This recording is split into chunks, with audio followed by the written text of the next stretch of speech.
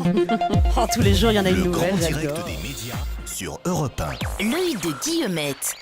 Et tous les jours, en marathonienne de la télévision, Guillemette regarde la télévision et nous livre en exclusivité ses commentaires. Et aujourd'hui, ma chère Guillemette, vous êtes tombée sous le charme des agriculteurs de M6.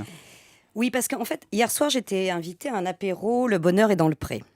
Parce que maintenant, il y a des apéros, mais- Le Bonheur est bien dans le sûr, pré. C'est énorme. mais chez une copine très branchée. Hier soir, ma maman regardait Le Bonheur est dans le pré. Hier soir, mon banquier regardait Le Bonheur est dans le pré. Bon, mais qu'est-ce qu'elle a, cette émission, crénom de nom, pour avoir des spectateurs par million?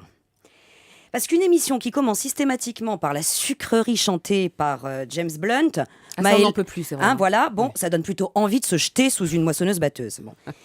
Pourtant, il y a des spectateurs, des spectatrices surtout, parce que c'est elles qui assument quand même plus, elles avouent leur penchant botte en caoutchouc. Elles n'ont pas honte. Hein. Donc, comment ça se fait qu'ils restent devant? Eh bien, parce qu'en fait, ils ont vécu sans jamais voir un cheval, un hibou, que ça les a toujours gênés de marcher dans la boue. En fait, c'est la chanson de Michel Delpech qui correspondrait Marcher à dans la mort boue. sur l'émission. Non, mais vous croyez pas? Bon. Et en fait, finalement, ça leur manque de pas avoir fait ça. Et puis, même si les fautes de français poussent comme des mauvaises herbes, faut quand même l'admettre. Hein, voilà, bon, la syntaxe, c'est c'est un pas. peu un code télé-réalité, Voilà. ça. Hein. Même si certains candidats sont un peu bourrins, on ne peut pas se moquer parce qu'on a tous quelque chose en nous du Loir-et-Cher ou de l'Isère. On a tous un tonton qui nous faisait faire un tour de tracteur, une voisine à la campagne qui voulait absolument nous faire boire du lait chaud à la sortie du Pi. À l'époque, on voulait pas. Et maintenant, c'est dingue, mais qu'est-ce qu'on regrette?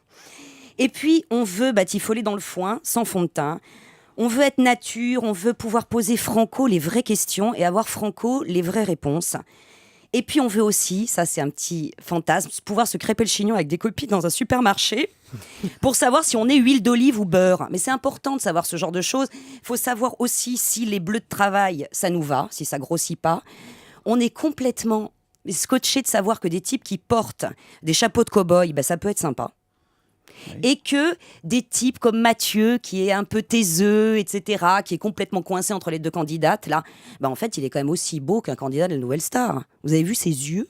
Voilà, il parle pas beaucoup, mais bon, moi, je regarde. Des fois, c'est pas plus mal. Hein. C'est pas plus mal, finalement, quand il Guillemette, parle hein. pas beaucoup. Ouais. Donc, en fait, l'amour est dans le pré ramène aux fondamentaux, tout bêtement, aux grandes questions de l'amour qui se posent partout et pas simplement dans la gadoue. Pourrais-je me lever tous les jours à 6h du mat pour mon mec?